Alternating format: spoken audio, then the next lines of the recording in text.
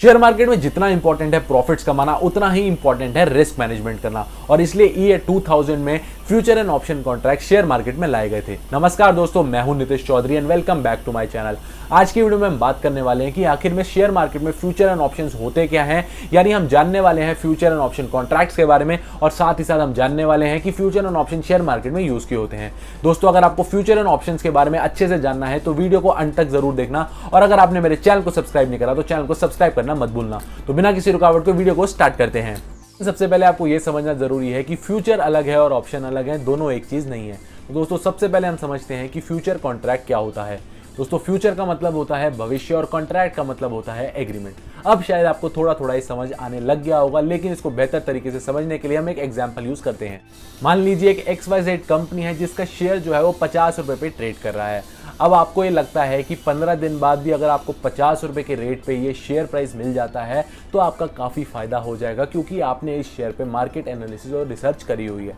मान लीजिए एक दूसरा बंदा है, उसके पास सेम कंपनी के स्टॉक्स हैं, लेकिन उसको ये लगता है कि ये शेयर प्राइस जो है आगे गिरने वाला है, लेकिन अगर 15 दिन बाद उसको 50 रुपए में कोई ले ले उससे तो बहुत ही उसका फायदा हो जाएगा। अब ऐसे में होता क्या है, एक फ्यूचर कॉन्ट्रैक्ट बनता है बायर और सेलर के बीच में, जहां पर वो डिसाइड करते हैं कि 15 दिन बाद वो 50 रुपए के उसी शेयर प्राइस पे एक बंदा बाय करेगा और दूसरा बंदा सेल करेगा। अब ऐसे में होता क्या है दोस्तों, अगर वो शेयर प्राइस 15 दिन बाद 60 रुपए का हो जाता है तो इसमें फायदा होता है बायर का, क्योंकि उसने 50 रुपए पे डील फाइनल कर दी थी और अब जब वो खरीद रहा है तो उसका शेयर प्राइस है 60 रुपए का। लेकिन अगर दोस्तों उसका शेयर प्राइस 40 रुपए का हो चुका होता है तो इसमें ऐसे में फायदा होता है सेलर का, क्योंकि 50 रुपए का खरीदना तो बायर को तब भी पड़ेगा क्योंकि उन्होंने कॉन्ट्रैक्ट साइन कर चुके हैं। लेकिन ऐसे में क्या होगा, सेलर को जो है वो थोड़ा फायदा हो जाएगा 10 रुपए का, और बायर को जो है वो 10 रुपए का नुकसान हो जाएगा। और दूसरी सिचुएशन में क्या होगा, सेलर को 10 रुपए का नुकसान होगा और बायर को 10 रुपए का फायदा होगा। दोस्तों, ये चीज होती है फ्यूचर कॉन्ट्रैक्ट।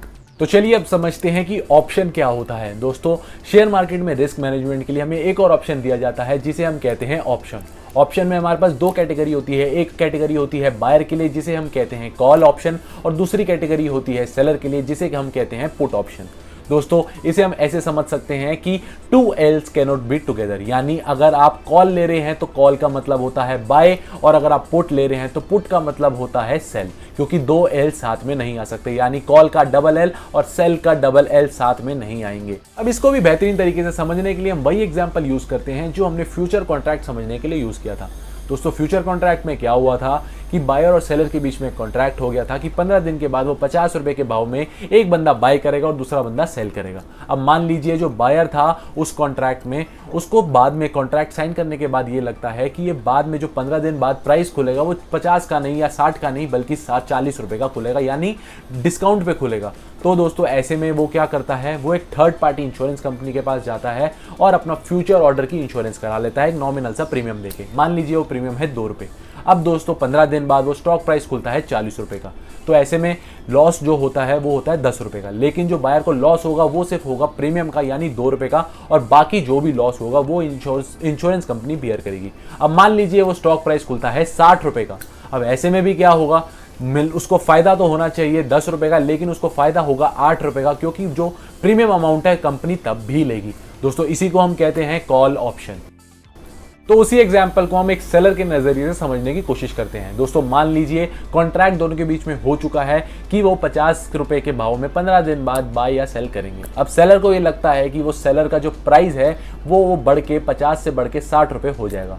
अब ऐसे में लेकिन उसको बेचना तो 50 रुपए का ही पड़ेगा, क्योंकि वो कॉन्ट्रैक्ट हो चुका है, यानी उसको 10 रुपए का नुकसान हो जाएगा एक शेयर पे। अब ऐसे में सेलर भी क्या करेगा, वो एक थर्ड पार्टी इंश्योरेंस कंपनी के पास जाएगा और अपने फ्यूचर ऑर्डर को सिक्योर करा लेगा एक प्रीमियम देके, जो हमने बात करी थी 2 रुपए का प्रीमियम की बात करी थी।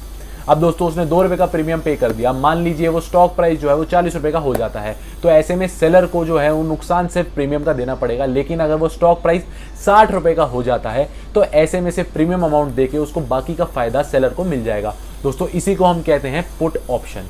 फ्यूचर कॉन्ट्रैक्ट की भी कुछ बातें हैं जो आपको समझना जरूरी है। दोस्तों, फ्यूचर कॉन्ट्रैक्ट की एक डेडलाइन होती है जो कि मंथ की लास्ट थर्सडे होती है। अब आप पूरा महीने अपने पास कॉन्ट्रैक्ट रख सकते हैं, लेकिन डेडलाइन से पहले आपको कॉन्ट्रैक्ट कंप्लीट करना पड़ेगा। इसे आप उस कॉन्ट्रैक्ट की एक्सपायरी समझ सकते हैं। दोस्तों, बिगनर्स जितना है दूर रहें वो फ्यूचर कॉन्ट्रैक्ट से, क्योंकि 90% लोग जो हैं वो फ्यूचर में अपना पैसा गंवाते ही हैं। अगर हम ओवरऑल कंपैरिजन करें तो जो ऑप्शंस हैं वो फ्यूचर से काफ़ी ज़्यादा सिक्योर हैं। तो दोस्तों मैं उम्मीद करता हूँ ये वीडियो आपके जरूर काम आई होगी और इस वीडियो के बाद आपको फ्यूचर और ऑप्शंस के बीच में क्लैरिटी जरूर मिल गई होगी। दोस्तों अगर आपको कोई भी प्रॉब्लम आती है इस वीडियो से रिलेटेड या फिर इन्वेस्टमेंट से रिलेटेड या फिर शेयर मार्केट से भी रिलेटेड, तो आप मेरे से कमेंट डाउन करके जरूर पूछ सकते हैं। तो दोस्तों मिलते हैं नेक्स्ट वीडियो में एक नए टॉपिक के साथ। अगर आपको वीडियो पसंद आई हो तो वीडियो को लाइक जरूर कर देना और मेरे चैनल को सब्सक्राइब करना मत भूलना।